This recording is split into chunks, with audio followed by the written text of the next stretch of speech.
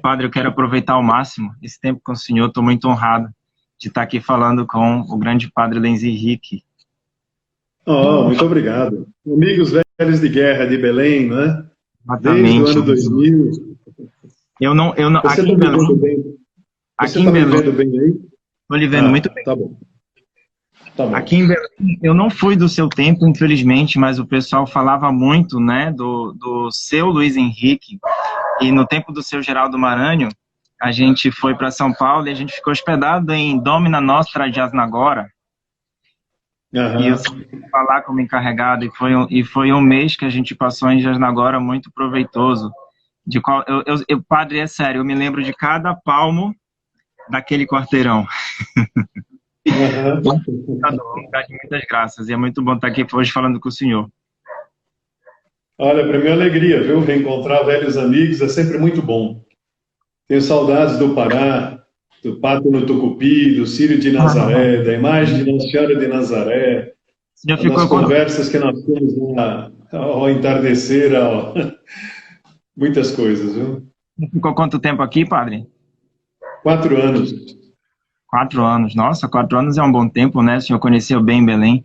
Então, padre, a gente pode começar com uma Ave Maria, e depois dessa Ave Maria a gente entra no nosso tema propriamente, pode ser? Perfeito. O sacerdote faça as ordens. Em nome do Pai, do Filho e do Espírito Santo. Amém. Ave Maria, cheia de graça, o Senhor é convosco. Bendita sois vós entre as mulheres e bendito é o fruto do vosso ventre, Jesus. Santa Maria, Santa Mãe de Maria, Mãe de rogai Deus, por rogai nós, por nós, pecadores, agora e na agora hora e de nossa na morte. Amém. Nossa Senhora de Nazaré, Rogai rogai, por nós, Nossa Senhora do Carmo, rogai por rogai por nós, nós. São Simão Stock, rogai por nós. rogai por nós. Em nome do Pai, do Filho e do Espírito Santo também. Como eu estava ali falando no começo, padre, eu sou escravo titular de Virgo Flos Carmeli. Nessa estadia que nós tivemos aí em São Paulo com o seu Geraldo, que ele nos levou, nós tivemos, a gente conseguiu umas 3 palavrinhas com o Monsenhor João Clark. Ele era recém-ordenado sacerdote, né, junto com o senhor, que foi ordenado com ele. E numa dessas palavrinhas, a gente foi orientado a pedir para o Monsenhor João Clark um título de consagração à Nossa Senhora. E ele deu para vários belenenses que ainda não tinham.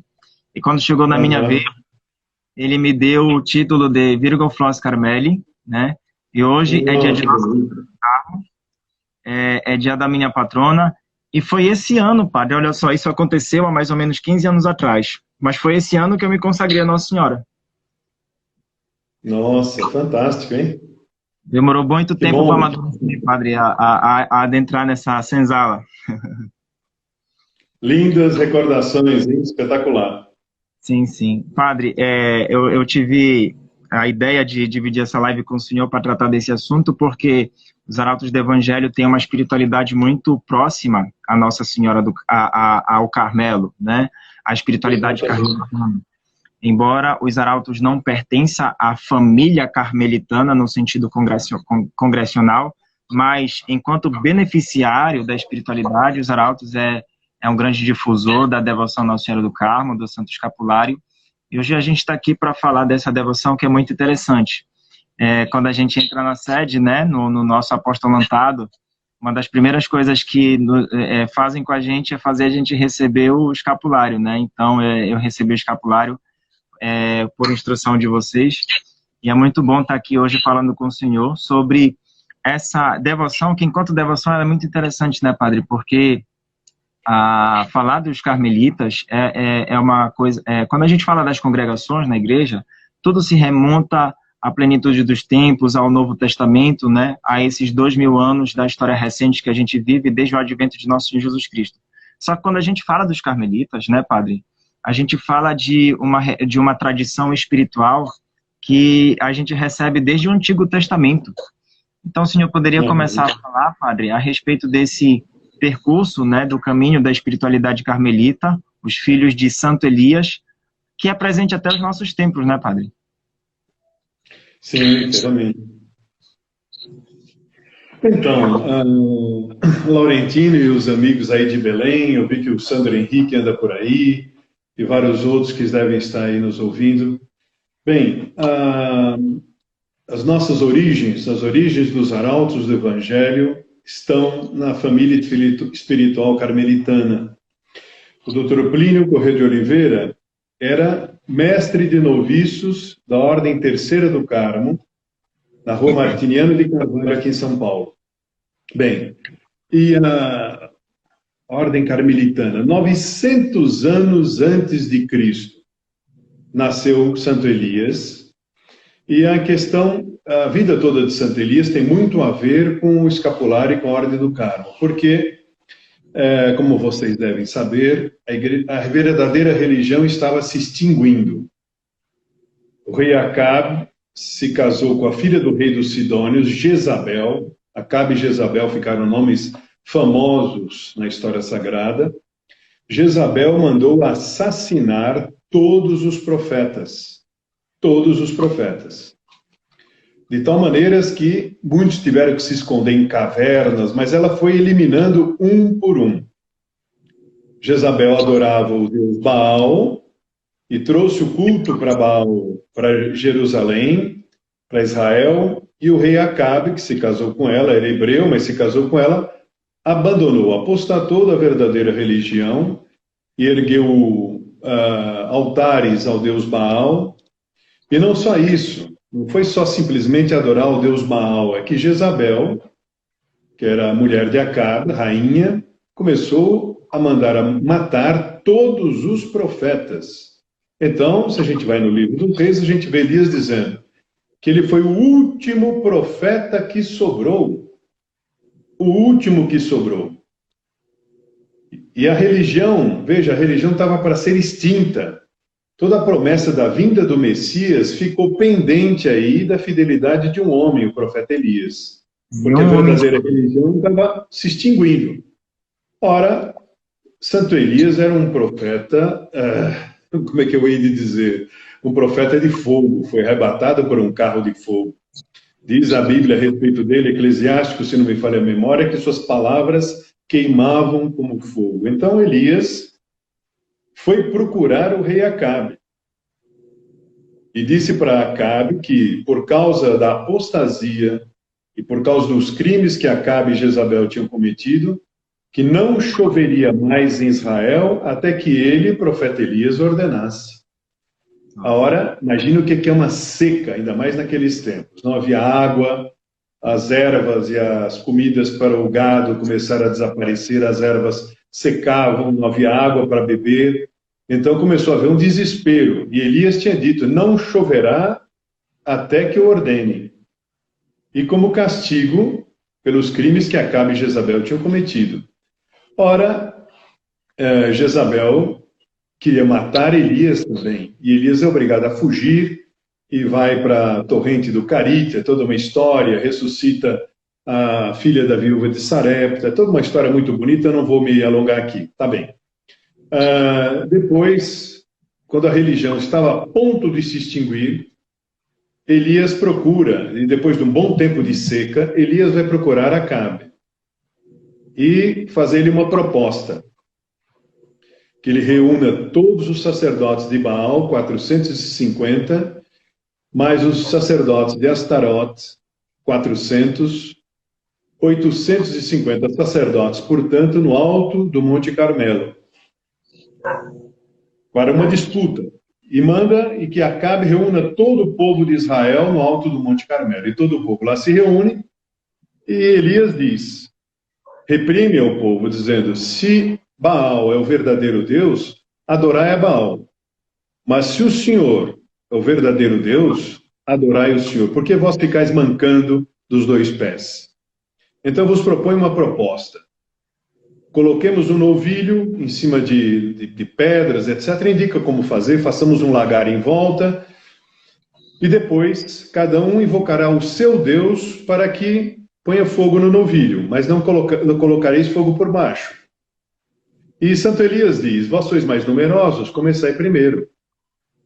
450 sacerdotes de Baal, mais 400 sacerdotes de Astarote, se não me falha a memória, começam a se retalhar, começam a chamar Baal e chega um ponto que entram em transe, desde manhã até o meio-dia, começam a invocar a Baal para que venha Baal, Baal, e Elias começa a ridicularizar os sacerdotes de Baal, dizendo, olha, ele é um Deus, deve estar ocupado, então está descansando, gritai mais alto, e começa a ridicularizar, a ridicularizar aqueles sacerdotes, né? Gritai mais alto, vosso Deus deve estar ocupado, ou viajando, ou dormindo, gritai mais alto. E os sacerdotes de Baal, então, começam a se retalhar, a se cortar com espadas, com lâminas, e nada de Baal aparecer, e isso vai até ao entardecer. E então, Elias diz, agora, vou preparar eu meu novilho. E então ele coloca o novilho, manda colocar 3 medidas de água a mais, encharca todo o novilho com água, e coloca 12 pedras, simbolizando as 12 tribos de Israel, ergue um altar e faz uma oração a Deus que é muito bonita. Senhor, eu sou o último profeta que sobrou em Israel. Ou seja, a religião estava se extinguindo. Ia desaparecer se Elias fosse morto. Senhor, ouve-me, Senhor, para que eles saibam que há um Deus verdadeiro em Israel. Bem, aí é a lindíssima cena, porque desce fogo do céu, consome o novilho, consome as pedras, consome a água e até a poeira que havia em volta. Então o povo todo se prosterna, dizendo, sim, o único Deus verdadeiro é o Senhor Deus. Então, veja, a história toda, a religião estava para se extinguir. Eu acho, padre, que o celular está escorregando. O senhor não está com o rosto bem posicionado. Acho que o seu celular está escorregando, o senhor não está com o rosto bem posicionado. Ah, tá bem. Aí, tá bom. Verdade, tem razão. E aí, então, Elias, depois que vence os sacerdotes de Baal, né, manda o povo segurar os sacerdotes e, por ordem e decreto de Deus, eles são degolados, né? Bem, e aí, então, Elias, que tinha mandado não chover mais, Elias diz para Acabe, agora vai chover. E vai para o alto da montanha e começa a pedir a Deus que mande agora a chuva, porque o povo que estava todo tinha apostatado já, o povo volta à verdadeira religião. Então Elias manda voltar a chover. E Elias rezando para que viesse a chuva, para resumir, vê uma nuvenzinha ao longe, do tamanho da palma de uma mão, um céu azul, limpo, e aparece uma nuvenzinha do tamanho da palma de uma mão. E Elias intuiu profeticamente que aquela ali era a imagem que estava profetizada em Isaías. Uma virgem dará à luz a um filho, e seu nome será Emanuel, quer dizer Deus conosco. E então, aquela nuvenzinha era o sinal da imensa chuva que ia lavar a terra dos seus pecados. Era essa chuva. A chuva era o símbolo de nosso Senhor Jesus Cristo, e a nuvenzinha é o sinal de Nossa Senhora. Então, veja, a religião estava para se extinguir, e essa nuvenzinha, que era o símbolo de Nossa Senhora, que Elias intuiu ser um símbolo de Nossa Senhora, da Virgem que daria a luz a um filho, né? E vem toda a profecia de Isaías, que Nossa Senhora estava na origem da restauração da fé e do triunfo de Deus até o fim dos tempos, né? Tá bem. Bom, depois do Monte Carmelo, os discípulos de Elias se reúnem, começa uma vida religiosa. No Monte Carmelo começa a haver perseguição, os maometanos matam muitos cristãos no Oriente, a tal ponto que os que viviam no Monte Carmelo têm que fugir para a Europa, não é? Fogem para a Europa, é toda uma história muito bonita, muito longa, não sei até que ponto vai ser uma história longa para contar, mas enfim. São Simão Stock já tinha abandonado o mundo, porque a Europa também estava numa grande crise e numa grande corrupção. São Simão Stock abandonou a vida de família e foi morar numa floresta, perto de Oxford. E nessa floresta tinha uma árvore gigantesca que um buraco no tronco da árvore. Ele começou a viver aí, se alimentando de frutas silvestres, E era um homem com 12 anos de idade. Perdão. Era um homem de muita virtude. Então a história vai... Bem, os carmelitas começam a ser perseguidos no Oriente, são obrigados a fugir para a Europa.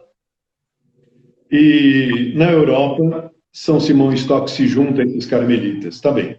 Para resumir a história, começa a perseguição contra a ordem carmelita na Europa também. Porque toda ordem nova causa problemas. Então, começaram a dizer que aquela ordem estava contrariando os ditames do Concílio de Quarto, Concílio de Latrão, e que queriam suprimir aquela ordem. Ora, São Simão Stock já era o geral, reúne a ordem, recorre ao Papa, e o Papa recebeu um aviso místico de Nossa Senhora que deveria aprovar aquela ordem. Bem, e a perseguição no Oriente, perseguição na Europa, até que recorre ao Papa. Apesar do Papa ter aprovado, continuam as perseguições, até que no dia 16 de julho de 1251, imagine, 1251, São Simão Stock rezando, pedindo a Nossa Senhora que salvasse a Ordem do Carmo. Nossa Senhora aparece, e aí eu vou ler a frase que está no livro dos Carmelitas, né? Uma frase muito bonita que a Nossa Senhora diz. Recebe, meu amado filho, este escapulário de tua ordem, como sinal distintivo e a marca do privilégio que eu obtive para ti e todos os filhos do Carmelo. É um sinal de salvação, uma salvaguarda nos perigos e garantia de uma paz e uma proteção especial, note, até o fim dos séculos. Quem morrer revestido deste hábito será preservado do fogo eterno. Bem, a partir de então, veja, São Simão Stock já estava com cerca de 80 anos. A partir daí começou a haver uma série de milagres a respeito do escapulário, de quem usava o escapulário. E aí sim, os inimigos se calaram e a ordem se espalhou pelo mundo inteiro. E quando São Simão Stock morreu, já havia mais de 7.000 mosteiros e eremitérios espalhados pela Europa. 7.000, bom, padre? É muito para tanto tempo, né? Veja só, o interessante é que tem uma relação entre Nossa Senhora do Carmo. A última aparição de Nossa Senhora em Fátima, 13 de outubro de 1917, ela apareceu como Nossa Senhora do Carmo. Veja que curioso isto. Sim, sim. Por quê? Porque Nossa Senhora prometeu em Fátima, por fim, meu imaculado coração triunfará, verdade? Sim. Então, Nossa Senhora disse, se os homens não pararem de ofender a Deus, virá uma guerra, a Rússia espalhará seus erros pelo mundo, várias nações serão aniquiladas, por fim, meu imaculado coração triunfará. Então, veja, em Fátima, Nossa Senhora anunciava, no fundo, que a igreja estava passando por uma crise parecida com aquela que a verdadeira religião passou no tempo de Elias. Né? E que ela, Nossa Senhora, era o sinal de proteção e de predestinação para todos aqueles que quisessem permanecer fiéis. Né? Então, pronto, o escapulário tem um significado muito grande. Não é simplesmente um objeto para minha salvação pessoal, mas é uma promessa para a Igreja Católica, uma promessa de salvação e proteção para a Igreja Católica até o fim dos tempos. Tanto é que Nossa Senhora, na última aparição em Fátima, aparece como Nossa Senhora do Carmo. É o símbolo do manto de Nossa Senhora, né? O escapulário que Nossa Senhora deu a São Simão Stock, que a Ordem Carmelita usou durante todo, e usa até hoje, é um escapulário como este aqui dos arautos, um escapulário grande, né? E os arautos assumiram esse escapulário porque o Dr. Plínio Corrêa de Oliveira era mestre de noviços da Ordem Terceira do Carmo, e o Monsenhor João Clá pertencia ao sodalício Flos Carmeli, na Ordem Terceira do Carmo, o Monsenhor João Clá também. Né? E essa devoção ao escapulário se espalhou pelo mundo inteiro. Olha, são muitos os papas que usaram escapulário. Pio XII mandou escrever em torno do cálice que ele usava, que ele era um membro da Ordem do Carmo, um filho da Virgem do Carmo. São Pio X permitiu que aqueles que quisessem, em vez do escapulário de pano, porque, é claro, isso aqui é um escapulário grande, depois foi feita a miniatura do escapulário de pano. São Pio X permitiu também que aqueles que, por algum motivo, não quisessem usar o pano, pudesse usar uma medalha que tivesse de um lado o Sagrado Coração de Jesus e de outro lado a imagem de Nossa Senhora, não é? Bom, e aí começou a devoção escapulária se expandir cada vez mais no mundo inteiro, desde São Simão Stock até os dias de hoje, e depois que Nossa Senhora apareceu em Fátima como Nossa Senhora do Carmo, na última aparição, era como que a confirmação de tudo aquilo que houve, de todas as promessas, de todos os benefícios que Nossa Senhora prometia a quem tivesse devoção ao escapulário ao longo da história. Então, é o manto de Nossa Senhora. É uma proteção para aqueles que queiram viver, ser discípulo. O manto era o símbolo do discipulado. Quando Santo Elias tomou Santo Eliseu como discípulo, colocou o manto sobre Santo Eliseu. Ora, o escapulário é Nossa Senhora colocando sobre nós o manto dela. Que lindo. Ou seja, a partir do momento que eu recebo o escapulário, eu sou um discípulo, eu sou um seguidor dela, um imitador de Nossa Senhora. Tá certo? Então, o significado é muito profundo. Evidentemente, não é um instrumento mágico que eu uso, mas é uma determinação que eu faço de me colocar como discípulo de Nossa Senhora. Ela é a promessa de restauração, ela é a promessa da fé, a promessa de que, por mais que tudo pareça perdido, ela arruma uma solução para a nossa vida individual e para a vida da igreja, desde que a gente tenha devoção a ela e use com devoção este escapulário. Então, as histórias milagrosas do escapulário são muitas. Olha, teria muitas lives para a gente poder narrar pelo menos 10% dos milagres que aconteceram com o escapulário. Pois bem, das mais recentes ordens surgidas na igreja, os arautos do Evangelho, São João Paulo II foi quem aprovou. Olha, o nosso traje é o escapulário do Carmo com a cruz de Santiago por cima, né? Então, pronto, essa família carmelitana vai, desde 900 anos antes de Cristo, vai percorrer a história inteira até o fim do mundo. Então, nós que temos devoção escapulário, somos dessa família. Não é como você dizia, Laurentino, não é questão de pertença jurídica, mas é pertencer a essa família espiritual, dos devotos de Nossa Senhora, dos que têm Nossa Senhora por sua mãe protetora, daqueles que sabem, confiam nela, e na hora das piores aflições sabem que ela, por mais que a situação esteja parecendo sem saída, Nossa Senhora sempre tem uma solução. E pronto, é bonito. Já falei demais, tá certo? É pouquinho, bonito. mas é uma dimensão histórica do escapulário, porque não é só, digamos assim, uma devoçãozinha que eu ponho no pescoço, não. Simboliza o manto de Nossa Senhora, simboliza um vínculo com Nossa Senhora muito especial. É bonito ver, Paulo. É bonito eu ver. falo demais, viu? Meus pais são nordestinos e... Isso é maravilhoso. O seu celular sempre fica escorregando aí, não aparece a letra. É bonito ver, padre, uma coisa, que quando Nossa Senhora dá o escapulário para São Simão Stock, é para pertencer aos religiosos, né? Só que a igreja ela é tão mãe, que ela dilatou a devoção para todos os filhos, ou seja, não somente para os religiosos, não somente para os sacerdotes, mas para todos os batizados, né? Poderia usar.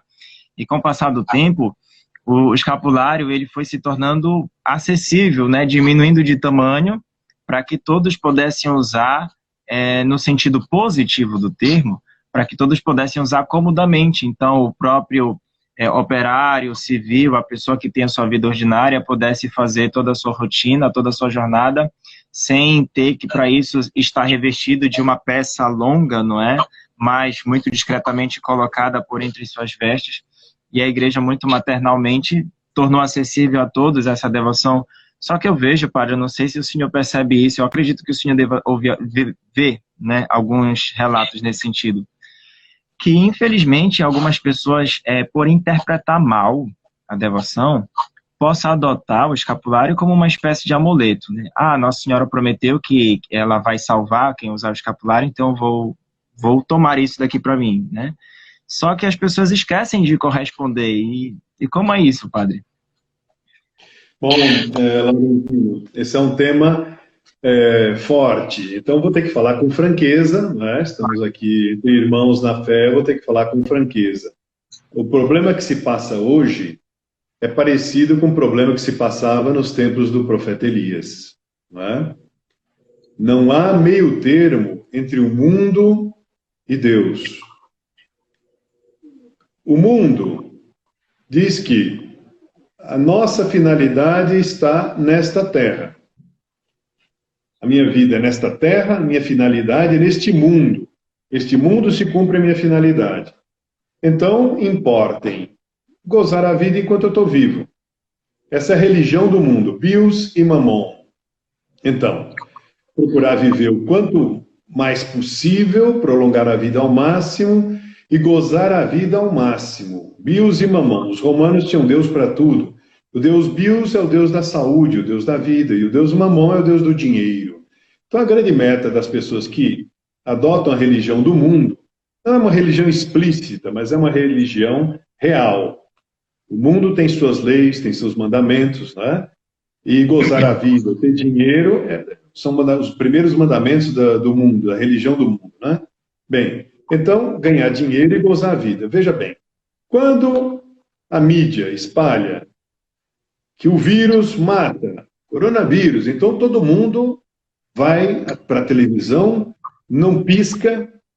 Não, você tem que lavar as mãos, você tem que tirar o sapato quando chega em casa, você tem que usar máscara, você tem que não sei o quê. Todo mundo vai limpar o sapato, tirar o sapato quando chega em casa. Tem gente que quando recebe por delivery alguma refeição, deixa lá 12 horas com medo do vírus estar no pacote, e todo mundo obedece às regras de uma maneira impressionante. E veja, com que seriedade as pessoas obedecem à lei de Deus, à vontade de Deus. Então veja a luta entre a fé e o mundo. Laurentino, eu queria te dar um testemunho, sabe? Eu morei 9 anos na Europa. E na passagem de 2018 para 2019, houve uma entrevista ao vivo no centro de Londres. Uma moça abordou todos os jovens que passavam no centro de Londres com 2 perguntas. Moça, rapaz, se você pudesse escolher entre 2 hipóteses para 2019. 2 hipóteses. Uma, você conhecer um rapaz ou uma moça, né, com quem você se desse bem, com quem você tivesse afinidade, vocês gostassem de conversar juntos, vocês, enfim, se afinassem muito, a tal ponto que vocês pudessem se casar em 2019. Uma hipótese. Outra hipótese, você ganhar um desconto no Netflix para o ano inteiro.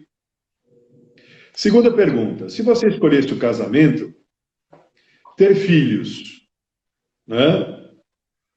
Segunda hipótese, você escolhesse o Netflix, ganhar de presente um cão ou um gato. Se você pudesse escolher, qual dessas hipóteses você escolheria para 2019? Perguntava essa moça para todos os passantes em Londres, na passagem do ano de 2018 para 2019, e eu assisti isso ao vivo. Me deu tanta curiosidade, eu morava na Europa e eu fui querer saber como é que estava a juventude europeia. Laurentino, não sei se vocês que estão aí, não posso falar com todo mundo, gostaria que cada um fizesse as suas porcentagens. Quantos por cento acham vocês que escolheram Netflix e quantos por cento escolheram o casamento? Tentando ser otimista, acho que 30% escolheu se casar. 30%? Então, professor Laurentino, infelizmente eu fiquei muito chocado, porque eu assisti isso ao vivo. 100% dos jovens abordados no centro de Londres disseram: casar não, Netflix sem sombra de dúvida. Mas você não gostaria de se casar, ter filhos? De jeito nenhum. Prefiro um cão ou gato. A moça perguntava, por quê? resposta dos jovens que eu assisti, somando, cada um dizia uma coisa a mais, uma coisa a menos, sintetizando. Casar e ter filhos dá muito trabalho. Laurentino, eu tive 9 anos na Europa e também no Brasil. Onde é que eu estive? Você sabe que é em Belém do Pará, eu estive em presídios. Eu estive no presídio de Americana, eu estive em Terra Firme, eu estive em muitas favelas, né? Eu estive distribuindo cestas básicas em Terra Firme, estive em muitas favelas, em lugares do crime. E quando eu vou a uma favela, lugar do crime, eu faço questão de abordar as pessoas que têm cara pior. Fazer questão. E abordava logo, entrava no bar, o pessoal estava tomando droga, o pessoal do crime estava ali, os pistoleiros. Você sabe que tem gente aí nas favelas do Pará contratados para assassinar rivais de políticos e tudo mais. Eu abordava e perguntava, meu amigo, você tem fé? Olha, Laurentino, é incrível. Os piores que eu encontrava nas favelas me diziam, claro, padre, que eu tenho fé. Eu perguntava, você tem fé no quê, jovem? Eu creio em Deus, né, padre? Eu perguntava, escuta uma coisa, você crê em que Deus? Jesus Cristo? Claro que eu creio em Jesus Cristo. Então eu perguntava, que religião você frequenta? Ah, padre, não tenho tempo. E então eu perguntava de novo, eu acrescentava uma pergunta, escuta uma coisa, se você ganhasse na loteria, claro que eles têm outros meios de ganhar dinheiro, né? Mas eu, para não entrar no assunto, se você ganhasse na loteria, o que é que você faria com o dinheiro? Olha, eu caí de costas. Todos eles diziam, se eu ganhasse na loteria, eu ia dar uma melhor condição de vida para minha família. Eu falei, meu Deus, não é possível. Os piores brasileiros têm fé e têm apreço pela família. E a juventude europeia já não quer mais saber nem da fé e nem da família. Quer dizer, a revolução cultural deu certo na Europa. Esvaziou a cabeça dos jovens da religião e do amor à família.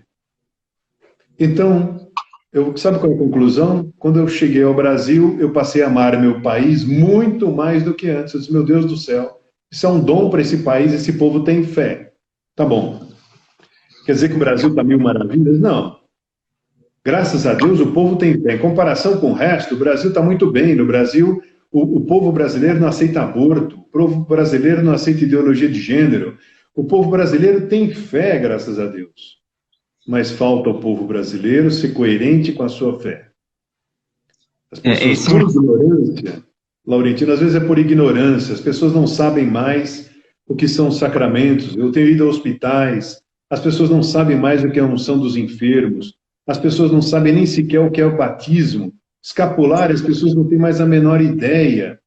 Por ignorância, então muita gente usa, um pouco por amuleto, mas sabe o que é? Na verdade, um pouco, muito, porque as pessoas ainda têm fé.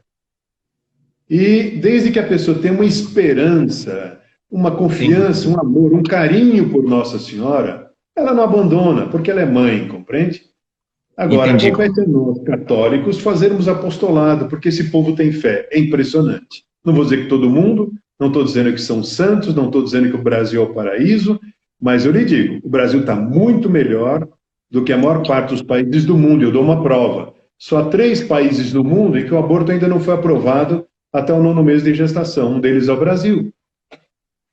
E o aborto é um pecado que brada aos céus e clama a Deus por vingança.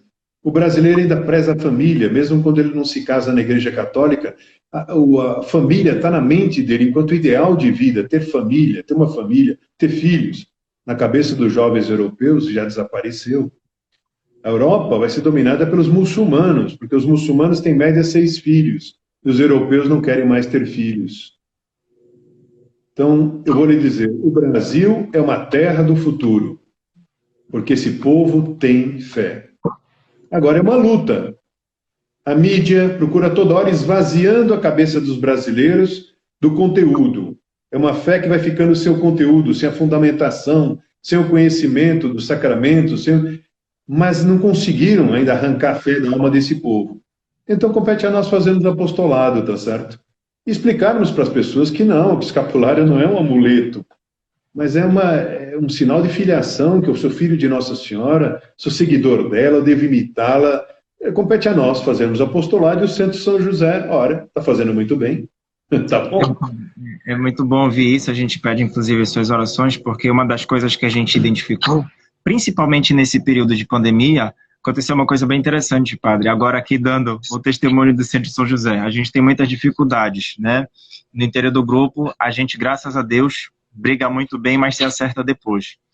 E quando começou a pandemia, a gente cancelou todos os nossos compromissos presenciais, a gente tinha projeto de oferecer cursos, a gente terminou com muito sucesso um curso de doutrina social da igreja, a gente tinha em mente oferecer muitos outros cursos para o povo paroquiano, o povo simples de Deus, o povo humilde, que é esse nosso maior interesse.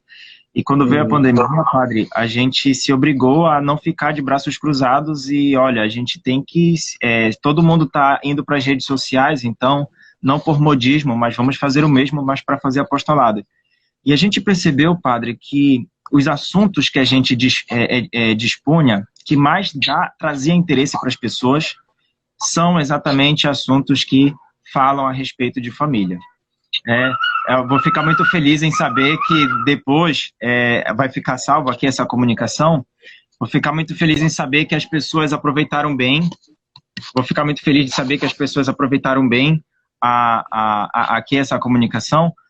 Mas a gente percebe que ontem a gente teve uma live com uma professora amiga nossa e a gente recebeu testemunho, padre, inclusive de protestantes. A gente recebeu testemunho de aproveitamento da comunicação que a gente fez, que o tema foi crises conjugais, né? Os caminhos para consolidar o matrimônio, né? Para ter um relacionamento estável dentro do matrimônio. E a gente recebeu o testemunho de uma pessoa que enviou o nosso vídeo para uma pessoa que era judia e gostou muito, né? Então a gente fica assim, de fato, padre, muito feliz em poder fazer apostolado. O Papa Bento XVI, ele fala que existem 3 coisas que são inegociáveis para o católico. E o Centro de São José abraça isso como a sua missão, padre. Quais são essas 3 coisas que é inegociável, né? O Papa Bento XVI fala, primeiro, a vida, ela é um absoluto moral. Ela é inegociável para a gente vai defender ela do começo ao fim natural. E depois a família. A família ela é um bem humano básico que precisa ser defendido e que está sendo completamente atacado, como o senhor mesmo relatou, né? E depois é preciso a gente defender também com unhas e dentes que a educação das crianças ela deve ser prioritariamente ser dada pelos pais, e não pelo Estado, e não por uma escola. Esses agentes devem participar, mas não como prioritários. Então, padre, a gente abraça essa missão, a gente pede que o senhor reze por nós, para que Nossa Senhora do Carmo nos ajude, porque o grande desafio, né, padre, é corresponder às promessas do escapulário de Nossa Senhora, corresponder às nossas promessas batismais, e é tudo aquilo que compete a um bom cristão. Ótimo, eu fico super contente com isso, a união faz a força, nós somos uma família espiritual só, dos devotos de Nossa Senhora, sobre várias legendas, várias ordens religiosas que todas lutam pelo mesmo fim, o reinado de Jesus Cristo por meio do Imaculado Coração de Maria, né? Bom, queria contar uma coisa para os nossos ouvintes que me marcou muito. Aos 15 anos de idade eu estava perdendo a fé, né? Então, porque senão a pessoa olha e pensa que a gente sempre seguiu o bom caminho, como São Simão Stock, e não é o caso. Aos 15 anos eu estava perdendo a fé. Até que me convidaram, porque na minha paróquia eu não ouvia falar nada sobre religião, era só política social, meu catecismo foi péssimo, eu nem fiz confissão para a primeira comunhão, nem sabia o que era a primeira comunhão direito, e estava procurando religião oriental que me desse uma explicação da vida, do sentido da vida. Quando me convidaram para uma conferência do Dr. Plínio Corrêa de Oliveira. Bom, aí a minha vida mudou de figura. Eu queria dar um testemunho de algo que eu ouvi dele que me marcou a vida. Ele mandava colocar em todas as casas nossas uma imagem de Nossa Senhora das Graças em tamanho natural. E foi colocada uma no jardim. E o Dr. Plínio disse, ela tem que ficar no meio das rosas, das flores, das árvores, como a mais bela flor do jardim. E ela ficava em tamanho natural, virada para a porta de entrada, era uma chácara muito bonita que havia aqui em São Paulo, e nós entrávamos, estava lá a imagem de Nossa Senhora das Graças. E o Dr. Plínio gostava tanto da imagem que, por volta das 6, 7 da noite, ele tomava um chá com bolachas, porque o regime de diabetes que ele fazia era muito violento, naqueles tempos não se tinha os conhecimentos que se tem hoje, e às vezes ele comia no almoço um ovo cozido, cheguei a presenciar isso. O almoço dele tinha sido um ovo cozido. Então ele tomava um chá às 6, 7 da noite para aguentar o tranco do dia, porque ele trabalhava até as 3:30 da manhã. Bem, então ele parou diante de Nossa Senhora das Graças e o Monsenhor João Clá pediu para trazer o chá para ele e nos colocamos os jovens todos em volta dele, ali perto da imagem de Nossa Senhora das Graças. Onde era isso? Era no Presto Sum? No Presto Sum, o jardim do Presto Sum, no gramado, foi colocado um tapete, uma poltrona para ele. Nós ficamos todos em voltas, virados para a imagem de Nossa Senhora das Graças. E eu vou contar só o finalzinho, que nunca mais esqueci, jamais vou me esquecer. Viu? O doutor Plínio disse, olha, a bondade de Nossa Senhora é tal que eu creio que se Judas, depois de Jesus ter sido crucificado, se ele, em vez de se enforcar, tivesse ido procurar Nossa Senhora e tivesse dito, minha mãe, aqui está o monstro que vendeu o vosso filho por 30 dinheiros para ser crucificado. Mas tende pena de mim, porque eu também sou vosso filho. Eu tenho certeza que Nossa Senhora o perdoaria e daria um jeito de levá-lo para o céu. E o doutor Plínio dizia, bom, meus caros, por mais que nós tenhamos pecado e que sejamos ruins, piores do que Judas nós não podemos ser, não é verdade? Então, confiança em Nossa Senhora, porque ela tem solução para tudo. Nossa, isso me ajudou, me sustentou durante toda a minha vida, sabe? Porque quando a gente chega em situações pelas quais todo mundo passa, situações que não têm saída, com Nossa Senhora sempre tem saída. Ela dá forças, ela ilumina para tomar a decisão verdadeira. Aliás, quando um casal é devoto de Nossa Senhora, rezam juntos o terço, tem outras condições de perseverarem unidos e amando-se um ao outro, né? Tudo vai melhor com a devoção a Nossa Senhora. E encerro dizendo isso, na Idade Média se discutia muito a questão da predestinação. Se Deus é Deus, já sabe o que vai acontecer com você, já sabe o que vai acontecer comigo, se eu vou para o céu, se eu vou para o inferno, então o que é que adianta eu fazer força? O meu destino já está traçado. E a igreja proibiu essa discussão, porque fazia mal às pessoas. E São Luís Grão de Montfort, alguém aqui faz uma pergunta sobre o segredo de Maria e São Luís Grão de Montfort, não estou conseguindo ler a pergunta inteira, mas São Luís Grão de Montfort resolve o caso. Ele diz, todos nós fomos predestinados para o céu, mas Deus deu ao homem o livre-arbítrio. Ele não vai me obrigar a ir para o céu, ele me chama para o céu. Mas quer saber quais são as pessoas, o sinal de que uma pessoa é predestinada para o céu? Ela ter uma verdadeira devoção à Nossa Senhora. Então pronto, está aí. Os que temos devoção à Nossa Senhora, aconteça o que acontecer, desde que eu não abandone, ela dá um jeito de me levar para o céu. E isso que o senhor falou, padre, é muito bonito e enche o nosso coração de esperança, mas eu me lembrei de um outro fatinho do senhor Plínio, de um filho espiritual dele, né, que ele tinha na TFP, que tinha um desvio moral muito sério, E o senhor Plínio, para ajudar ele, cuidou dele no sentido de preparar ele para receber os sacramentos e ter uma vida piedosa. E ele começou a deixar esse desvio moral e seguiu, né, na TFP e etc. Só que teve um momento, padre, o senhor deve saber esse fatinho muito melhor do que eu, só que teve um momento que ele sentiu saudade da vida dele. E ele morava, parece que no Presto Sum, e ele queria voltar para aquela vida dele, mas ele não conseguia. Muito saudoso da vida de cruel pecador que ele levava, né, por conta do desvio moral dele. E aí ele percebeu que uma coisa muito triste que faz eu sempre me lembrar o quanto que é muito perigoso a gente abandonar a oração.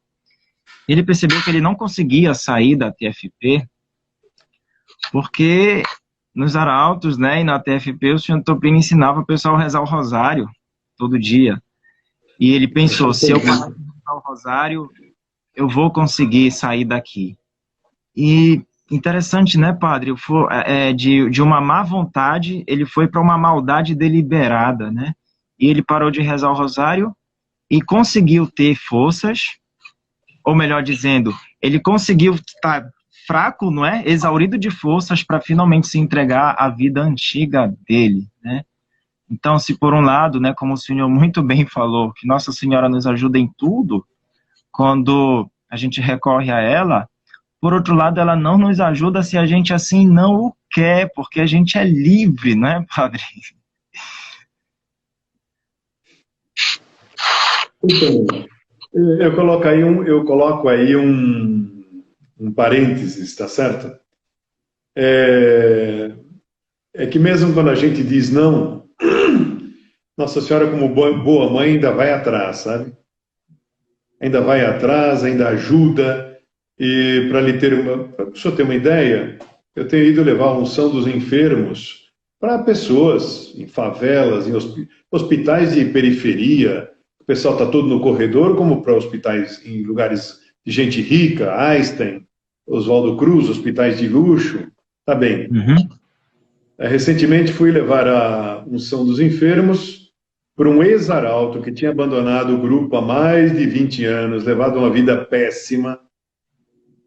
Olhe, fui levar a unção dos enfermos porque ele estava morrendo. Um amigo comum me avisou que ele estava morrendo. Então fui às pressas para o hospital. Câncer em estado terminal. Olhe, eu não sou eu não sou assim estilo pastor, milagre, milagre, milagre. As coisas são como são. A realidade, eu gosto de vê-la como ela é, né? Como o doutor Plínio gostava. A verdade, a gente deve procurar a verdade. Exclusivamente a verdade, sem exagerar para mais nem para menos. Olha, esse rapaz fez uma confissão geral da vida inteira. Eu disse, olha, nós nos conhecemos, talvez você queira um outro padre que não tenha lhe conhecido, mas seria bom fazer uma confissão para receber a bênção dos enfermos com toda a propriedade. Falei, não, me confesso consigo mesmo. Eu conhecia, vivi com ele. Confissão geral de toda a vida, Nossa. anterior e posterior à saída dos arautos. Olhe, o médico ficou espantado, sabe por quê? Esse rapaz não morreu e está andando por aí hoje em dia. Nossa, Deus seja louvado. Quer dizer, ele tinha abandonado o rosário, ele tinha abandonado a devoção à Nossa Senhora, ele não assistia missa aos domingos, ele não fazia nada. A única coisa que ele tinha era uma saudade dos tempos em que ele amava Nossa Senhora. Só isso que ele tinha. Isso foi o suficiente para Nossa Senhora fazer essa coincidência. Eu não tinha o telefone dele, eu não tinha o endereço dele, eu não sabia onde ele estava. Uma pessoa que conhecia ele, que me conhecia, me avisou que ele estava morrendo. Depois de 20 anos, foi o primeiro contato que eu tive com ele. Vi estirado na cama do hospital, desenganado pelo médico, em estado terminal de câncer. Hoje está andando por aí porque tinha saudades de Nossa Senhora. Então, é a parábola do filho pródigo, sabe? A gente não sabe até onde vai o carinho de uma mãe. De repente tem alguma mãe nos assistindo. As mães, os pais muitas vezes encerram a questão, as mães não. As mães vão atrás. Quer dizer, se uma pessoa, na hora de morrer, ainda se recorrer, olha, São João Bosco, creio, conta um fato lindíssimo. Talvez ajude, não quero falar demais também. Uma mulher de má vida, uma pecadora pública, uma prostituta profissional, estava morrendo e todo mundo na cidade disse, bom, essa mulher vai para o inferno. E São João Bosco, olha, conta isso. Eu não me lembro se é São João Bosco ou São Cura d'Ars. Eu vou buscar no livro que eu li isso, não dou garantia da fonte, mas li isso assim. E aí o santo diz, não, ela se salvou. Você diz, como, Dom Bosco? Era uma pecadora pública? Ele disse, mas na hora da morte, ela se voltou para Nossa Senhora e disse, minha mãe, eu só tenho a senhora. Eu sou completamente sozinha no mundo, não tenho mais ninguém. Eu só tenho a senhora. E Nossa Senhora deu a ela um arrependimento da vida que ela teve, se salvou, dizia, não me lembro se era São Cura d'Ars ou São João Bosco, se salvou, foi para o céu. Eu disse, meu Deus, quer dizer, ela não recebeu unção dos enfermos, ela se voltou para Nossa Senhora e diz, minha mãe, eu só tenho a senhora.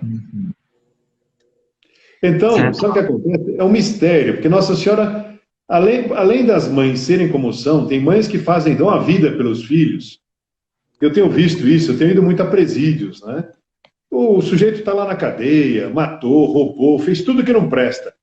Tem muitas mães que não abandonam o filho nem nessas circunstâncias. É meu filho e está acabado. Agora, Nossa Senhora, se a gente multiplicar isso por 1 milhão, não dá o amor que Nossa Senhora tem por cada um de nós.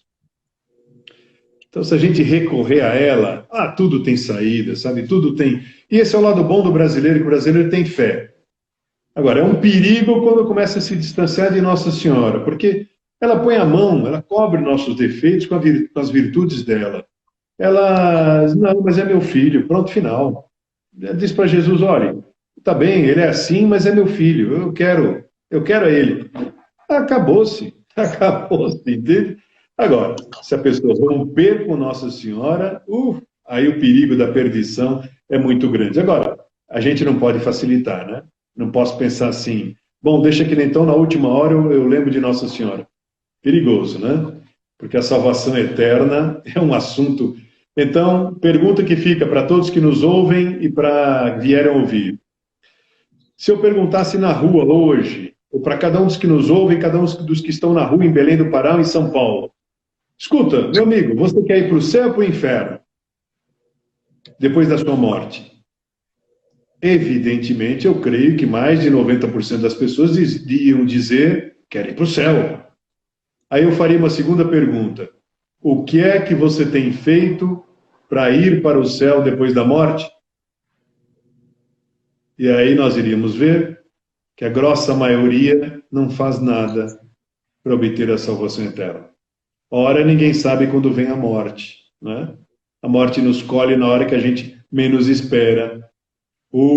Então é muito bom usar o escapulário, é muito bom rezar o terço, rezar o rosário todo dia, né? Poxa, se a gente fosse viajar, quando eu fui para a Europa, fui me informar como é que é o clima, qual é a temperatura, o frio é úmido, como é que é, tem que comprar capote, se a gente chega na época do inverno, tem que ter luvas e capotes, senão o frio mata a pessoa, pega uma pneumonia, o frio é muito intenso, depende da região da Europa para onde a pessoa vai. Eu fui para Portugal, o frio é mais ameno, mais agradável. A gente se prepara, tem que aprender a língua. Se eu vou para a Inglaterra, tenho que aprender inglês. Se eu vou para a Itália, tenho que aprender italiano. Eu me preparo para uma viagem para a Europa. E eu não me preparo para a viagem para o céu, que eu não sei quando vai ser. Pronto, está aqui a mensagem final. Não sei quem vai nos ouvir depois, está cheio de gente conhecida. Tem uma pergunta aí sobre o segredo de Maria, mas eu também não, eu falo demais, Laurentino. Eu não saio do Pará, mas sou do Nordeste. Minha mãe é do Ceará, o pai é do Pernambuco, então eu herdei isso deles. Falo demais, não quero tomar todo o tempo das pessoas. Pode aprender do senhor. Padre, eu queria finalizar contando um pequeno fatinho. Pessoal também. Eu não sou casado, eu tive um relacionamento longo com uma pessoa e a gente teve um filho. E eu ensinei para o meu filho a ter devoção à Nossa Senhora do Carmo. Então, todos os dias, eu rezo com meu filho 3 Ave Maria à Nossa Senhora do Carmo. E teve um dia que eu quis ensinar para ele uma oração, né? Eu contei para ele uma história que o senhor Toprínio, quando era criança, ele entrou no Colégio São Luís e ele quis reproduzir na sua vida alguns atos, né, exteriores aos dos colegas dele, para ele se afirmar como forte, embora internamente ele não seguisse aquele plano revolucionário, né, do Colégio São Luís por conta das crianças. E quando a senhora Dona Lucília percebeu certos trejeitos nele, não muito fora do padrão cultural e educacional que ela estava proporcionando a ele, ela cobrou isso do senhor Toprínio e o senhor Toprínio ficou com peso de consciência. E ele fez um exame de consciência e o resultado disso, né, com tão pouca idade, foi uma oração belíssima que quando eu contei essa história para o meu filho falou, papai, eu tive vontade de chorar contando essa história. E então eu queria terminar esse momento com o senhor, a emoção está aqui aflorando, terminar com a oração da restauração, que é uma oração que sempre que eu recito, posso dizer que eu recebo muitas graças de Nossa Senhora. E eu queria lhe pedir que o senhor fizesse as honras. Que ótimo, que bom. Agora, desculpe a pergunta, reza o terço com o seu filho também, não reza? Final de semana, quando ele vem para casa, a gente reza o terço, a gente reza as ladainhas, padre. Que ótimo, fantástico. Então, olha, eu cumprimento aí a todos os que estão na live, não sei quem são, tem uma pessoa aqui que escreveu, não consigo ver a pergunta, não sei se é por causa do meu celular. Alguém de Padre Luiz, o escapulário de Nossa Senhora Segredo de Maria. É que o assunto do Segredo de Maria nos levaria muito longe. Mas o assunto do Segredo de Maria tem a ver com essa união especial a Nossa Senhora. Tem a ver com isso. A devoção a Nossa Senhora tem muito ainda para revelar ao mundo, sabe? Nossa Senhora é o tesouro de Deus, tem muita coisa sobre a devoção a Nossa Senhora para ser revelada ao mundo. O Sr. João Clá escreveu um livro recentemente sobre Nossa Senhora, até eu recomendo para quem queira ler. Queira entrar lá na plataforma dos Arautos, Reconquista, encontrar muita coisa maravilhosa para se aprofundar na devoção a Nossa Senhora. Até as aulas de catecismo do Monsenhor João Clá, internas para os Arautos, foram publicadas lá. São um tesouro, sabe? Um aprofundamento da doutrina católica fantástica, para quem quiser se enriquecer. E o livro dele sobre Nossa Senhora é uma coisa espetacular. Nunca, olha, de Maria não cansates, né? Bom, então, a oração da restauração, exatamente, é uma oração que nos faz ter confiança nesse carinho de Nossa Senhora para conosco, né? Quer que nós encerremos rezando, é isso? Isso, padre, isso. Então, me despeço de todos os meus grandes amigos aí do Pará, que eu nem sei quem são os que estão aí na live, e os que vierem a ouvir também, tenho muitas saudades aí do Pará. Olha, recebi graça diante de Nossa Senhora de Nazaré, o Sírio e tanta coisa aí no Pará. Sobretudo esse povo, vem aqui para muito acolhedor. Fazer alguma coisa para o senhor vir aqui fazer uma visita, vai ser uma honra. Olha, para mim seria um prazer, viu? A primeira coisa que eu ia fazer seria até a Basílica de Nossa Senhora de Nazaré para saudá-la, porque ela também me ajudou muito a isso, viu? Bom, então vamos lá. Oração da restauração é oração para todos. Todos podemos rezar. E pensando naquilo que estamos dizendo. Veja bem, quando eu estou rezando, eu estou falando com Deus. Eu preciso saber com quem eu estou falando e o que eu estou dizendo, né? Seria uma falta de respeito se eu conversasse com todos aí, olhando para o outro lado. Não sei o quê. Poxa, falta de respeito. Está falando com a gente e não olha para a gente. A mesma coisa com Deus. Eu não posso falar com Deus distraído. Eu preciso saber com quem eu estou falando e o que é que eu estou dizendo, né? Então vamos lá. Há momentos, minha mãe, em que minha alma se sente no que tem de mais fundo, tocada por uma saudade indizível. Tenho saudades da época em que eu vos amava, e vós me amáveis na atmosfera primaveril de minha vida espiritual. Tenho saudades de vós, Senhora, e do paraíso que põe em mim a grande comunicação que tinha convosco. Não tendes também vós, Senhora, saudades desse tempo? Não tendes saudades da bondade que havia naquele filho que fui? Vinde, pois, ao melhor de todas as mães, e por amor ao que desabrochava em mim, restaurai-me, recomponde em mim o amor a vós, e fazei de mim a plena realização daquele filho sem mancha que eu teria sido se não fosse tanta miséria. Dai-me, ó Mãe, um coração arrependido e humilhado, e fazei luzir novamente aos meus olhos aquilo que, pelo esplendor de vossa graça, eu começar a amar tanto e tanto. Lembrai-vos, Senhora, desse Davi, e de toda a doçura que nele punhais, assim seja.